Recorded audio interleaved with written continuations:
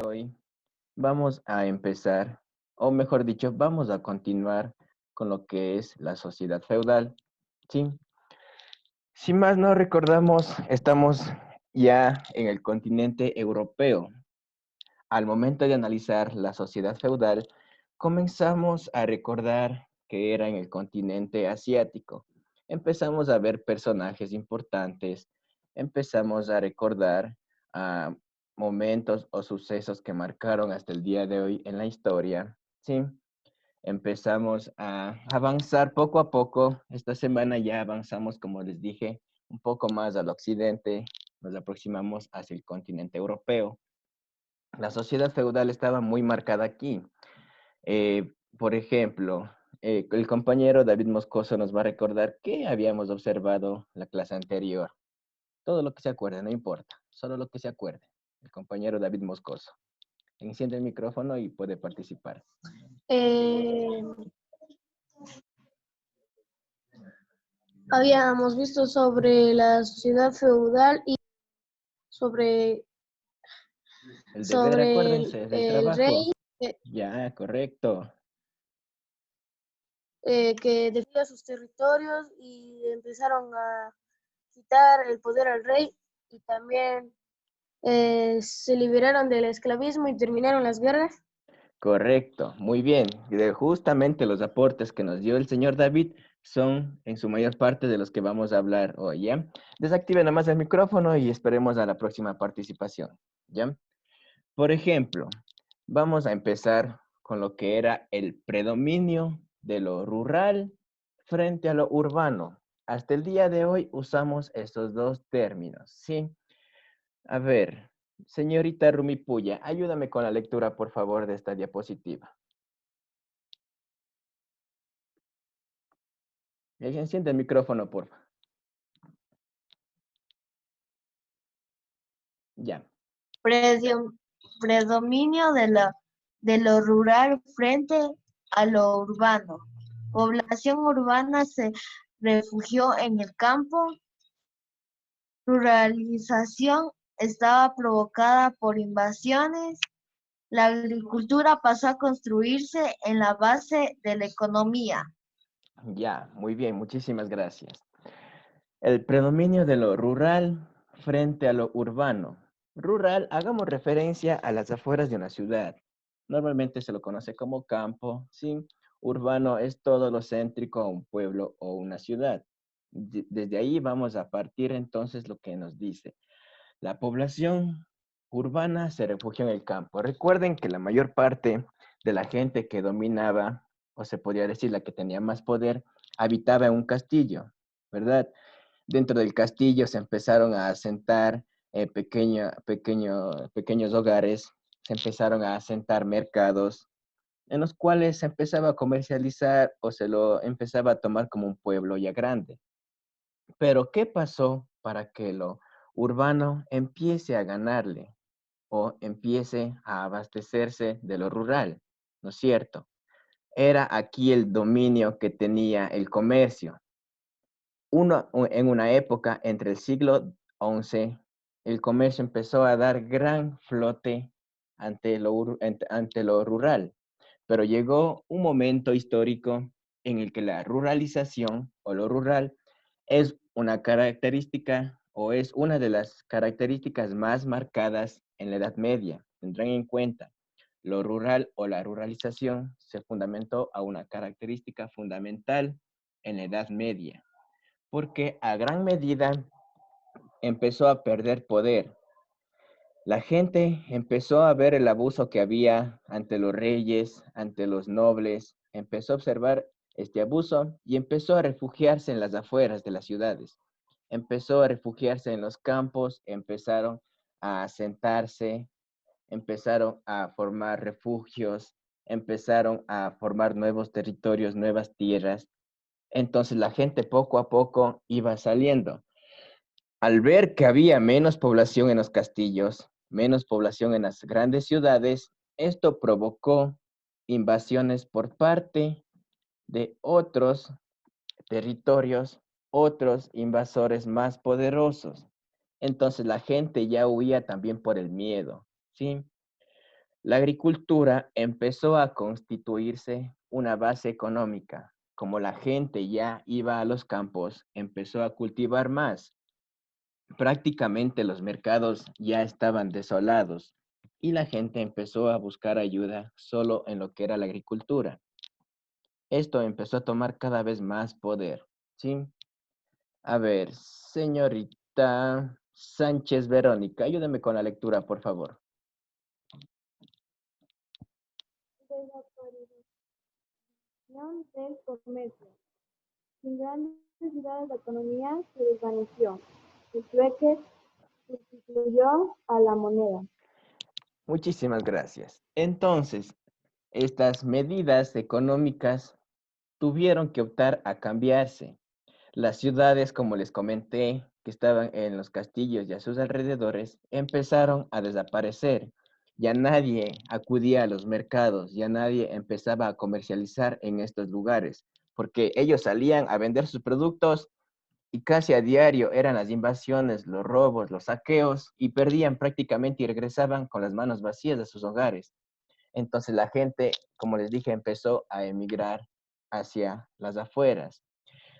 Como la gente ya no contaba con un sistema monetario, mucha gente que huyó sin dinero o sin moneda que se manejaba en ese tiempo, que era el oro también, empezó a hacer uso del trueque. Recuerden que incluso nosotros en la evolución, ya desde el inicio de la evolución, empezamos a ver lo que era el trueque, ¿sí? Recuerden en los videos que observábamos, yo entregaba un producto y otra persona me hacía cambio por otro producto. Sí, recuerden cuando llegaban con sus grandes canastas, con sus animales que cazaban y empezaban a comercializar y a rotar sus productos para no subsistir solo a medida de uno. Entonces, poco a poco la moneda fue desapareciendo. Tuvieron que optar por otro sistema que era el trueque. Aquí viene la explicación de algunas preguntas de la clase anterior también, que era la jerarquización social marcada. Como les comentaba, ya no es una pirámide sumamente grande, una jerarquización sumamente grande como lo teníamos en el continente asiático. Aquí era más corta, pero obviamente al ser el rey quien estaba en la cumbre de la pirámide, no es que tenía el poder absoluto. Aquí también formaba parte la nobleza, ¿no es cierto? La nobleza estaba formada por los monjes, por sacerdotes, por los guerreros que defendían, como les comentaba, el imperio, por los descendientes del rey que formaban parte de la nobleza, que eran princesas y caballeros, formaron parte del segundo bloque, que es la nobleza. Y para culminar estaba el clero. El clero o estaba formado también por los campesinos y trabajadores, que eran los siervos. Los siervos eran muy distintos a los campesinos. Algunos campesinos habían llegado a las afueras de las ciudades y se habían asentado y se habían hecho dueños de tierras propias de ellos, pero los siervos seguían siendo un grupo de personas que estaban sometidos todavía al poder de los nobles. Recuerden que los nobles les arrendaban las tierras para que sean trabajadas. Entonces todavía ellos no se libraban del poder de los soberanos que estaban en puestos superiores, ¿sí? Aquí ya empezó a notarse más el poder de lo que era la religión. La religión empezó a marcarse mucho más aquí. Joven Remachi, por favor, ayúdame con la lectura de la diapositiva.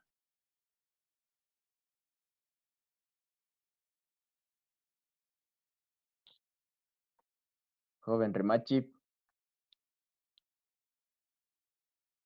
Ya, profe. ya. Adquirió autoridad moral, a veces política total. El catolicismo fue la religión mayoritaria de los europeos, única fe presente en todos los territorios de Europa. Tenía el poder de excomulgar a un rey. Muchísimas gracias, joven Remachi. La Iglesia Católica adquirió autoridad moral y a veces política total. Eso quiere decir que la Iglesia Católica o sus altos mandos podían decidir aún sobre todo en el pueblo, sobrepasando el poder del rey. ¿Sí? la Iglesia Católica empezó a difundir su religión a gran medida que la gente ya lo tomaba como algo fundamental y prioritario. Así que esto hizo que el poder de ellos avance aún sobre el rey. Obviamente el rey seguía gobernando, pero la Iglesia Católica o sus gobernantes podían desterrarlo de un lugar y podían dejarlo fuera de su poder. El catolicismo, como les mencioné, fue la religión mayoritaria en los europeos, así como en su momento el Islam fue la religión que dominó a los musulmanes. El catolicismo empezó a dominar en este territorio europeo. Francia, España fueron los principales que empezaron a distribuir esta religión. Era la única fe presente en todos los territorios europeos. Poco a poco fue venciendo a religiones paganas, religiones que tenían todo en contra de lo que es el catolicismo y empezaron a ganar territorio y hasta que llegó un momento en la historia en que la fe católica era la única que dominaba en todo el territorio de Europa. Además de eso, como les comenté la clase anterior, aquí viene el poder de excomulgar al rey. ¿Qué significaba eso? A medida más o menos del siglo XII hasta el siglo XX que desapareció esto, ellos podían quitar del poder al rey basándose en una institución. Esta institución era, se podría decir, un grupo de personas que se encargaban de tomar todas las decisiones buenas y malas para saber quién pertenecía a la religión y quiénes no, obviamente dentro de su reino. Esta institución era la Santa Inquisición. Como les dice, en nombre de Dios, esta institución condenó a la muerte a miles de herejes. Herejes vienen a ser personas que negaban todos los dogmas o negaban alguna religión, especialmente que era la católica. Ojo, habían pocas todavía religiones que iban en contra del catolicismo. Obviamente eran grupos pequeños o eran otras doctrinas que no todos aceptaron que era el catolicismo, entonces empezaron a seguir otras reglas de la religión, ¿sí? Entonces, la Santa Inquisición se encargaba de observar a todos sus pobladores, a todos sus ciudadanos, y empezaron a decidir quiénes sí formaban parte de la fe católica y quiénes no. Incluso si el mismo rey hacía algún acto malo o hacía algo en contra de la fe católica, él podía ser condenado al destierro de su poder o podía ser incluso destinado a la muerte.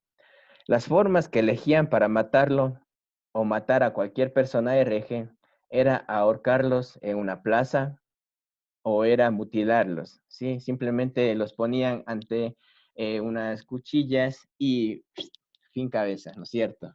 Y ahí quedaba la persona. Entonces, esto era la manera más rápida que ellos optaban, pero sin nada, ellos optaban simplemente por decir que estaban practicando. Incluso hubo momentos históricos que también se marcaron en en la Edad Media, que era la brujería. Personas también que se dedicaban a estos cultos también eran condenados a muerte, ¿sí? Ahora, poco a poco vamos avanzando hacia la expansión y transformación agrícola.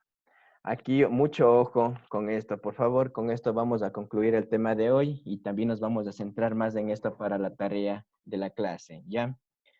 La expansión y la transformación agrícola se vio marcada, como les dije, desde que las personas que empezaron a emigrar hacia el campo empezó a aumentar la producción.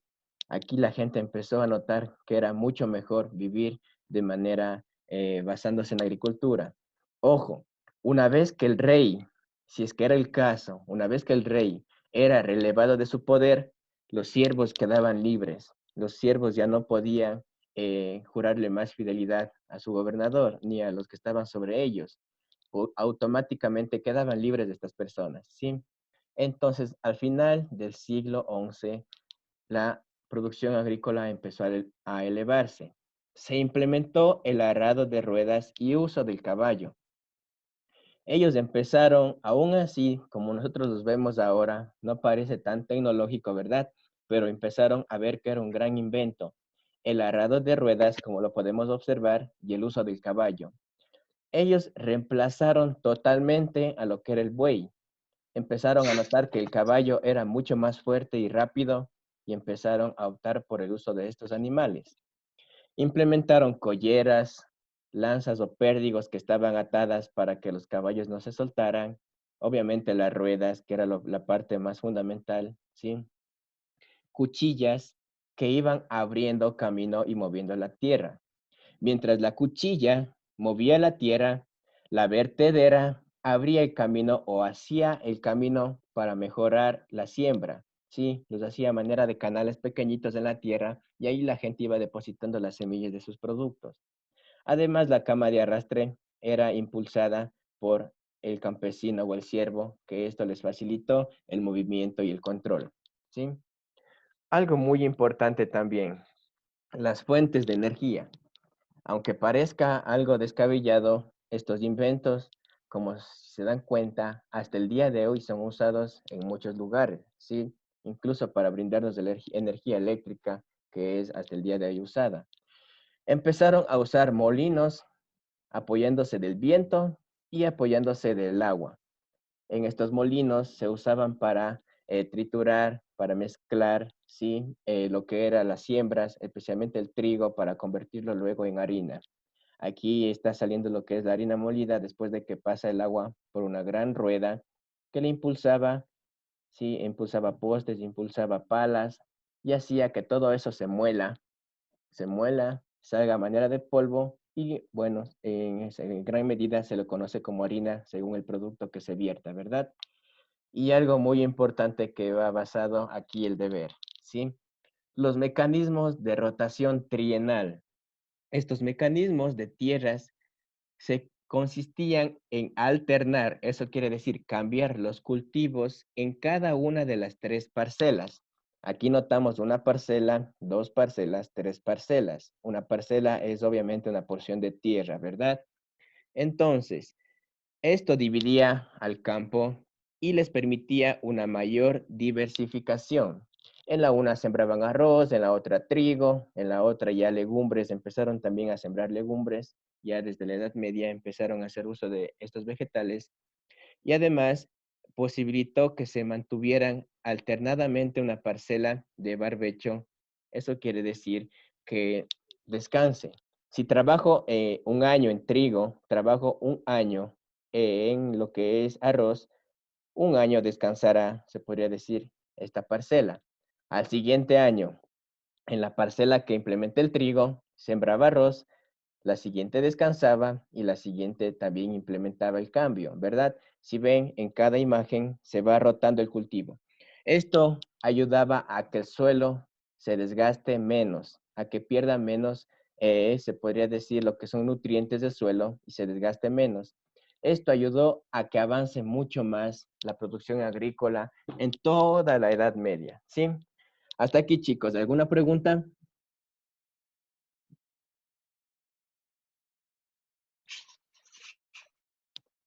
Tomás, tal vez alguna pregunta. No, pero Ya, ayúdame nuevamente entonces, ¿cómo funcionaba este mecanismo de rotación trienal? ah,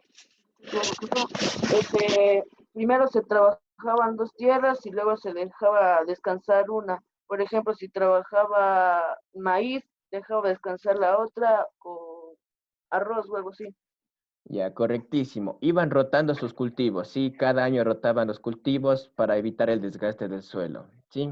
Muy bien, chicos. Aquí el tema igual nuevamente, como les comenté, la mayor parte sintetizada para la actividad. Luego de que culminemos con la videollamada, me van a hacer igual asimismo un pequeño organizador gráfico para empezar solo de lo que era la transformación agrícola, de los 3 aspectos fundamentales que hablamos al final, de lo que era el uso del caballo, la rueda, los nuevos implementos para energía y lo que era la rotación trienal en los cultivos, ¿sí?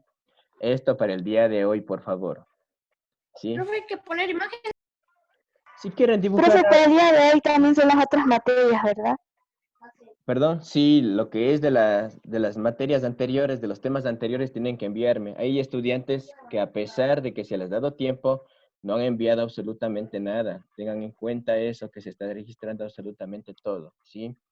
Si es que hasta el día de hoy, por favor, no se igualan, nuevamente se pasará el reporte a su tutora. Tengan en cuenta esto, no solo en mi área. Sí, chicos, por favor, les pido no atrasarse, ¿ya? ¿A qué horas, profe, es de enviar? Las actividades envíenme hasta la tarde o hasta la noche, no hay problema. Esta actividad de hoy, por favor, esta actividad de hoy hasta la tarde o hasta la noche para revisarles y registrarles. La materia de la clase de hoy nuevamente hasta el día martes. Dígame, señorita Rivera. De la agricultura es solo eso, ¿no es cierto? Solo de la agricultura. Sí, la transformación agrícola involucra lo que era el caballo, el uso de la rueda en el arado, las nuevas fuentes de energía y el mecanismo de rotación trienal. Esto les pido para hoy. Ya nada ¿Sí? más. Nada más para hoy. Para el día martes, ya saben, me mandan los temas que analizamos también, que era la Santa Inquisición, la consolidación, jerarquización. Dígame, señorita Pulgarín. Profe, esto no. No, eso tienen que ya enviarme hasta ahí, déjeme ver. ¿Qué tema es? Disculpe. ¿Qué página? Es la sociedad esta de aquí. ¿Qué No sé si se página? ve. Eso ya Es me la debían página- haber enviado hasta hoy. Eso tienen para enviarme hasta hoy. Tienen hasta la tarde para enviarme el tema de la clase del martes, ¿ya? Tienen hasta la tarde. Algunos chicos sí lo han hecho de gran medida, me faltaría solo la mitad ¿Que de ahorita van a salir? la clase. Bueno, chicos, les deseo un lindo día. Madre. Cuídense mucho, pasen bien. Sí, envíenme las tareas lo más pronto posible, no se atrasen y no dejen que se acumulen las materias. Cuídense mucho, pasen bien. Les voy a mandar las diapositivas y el trabajo nuevamente al grupo, así que no se preocupen. Cuídense mucho, cualquier duda, estoy a las órdenes. Profe. Cuídense, pasen bien. Chao. Cuídense. Chao. Cuídense, profe.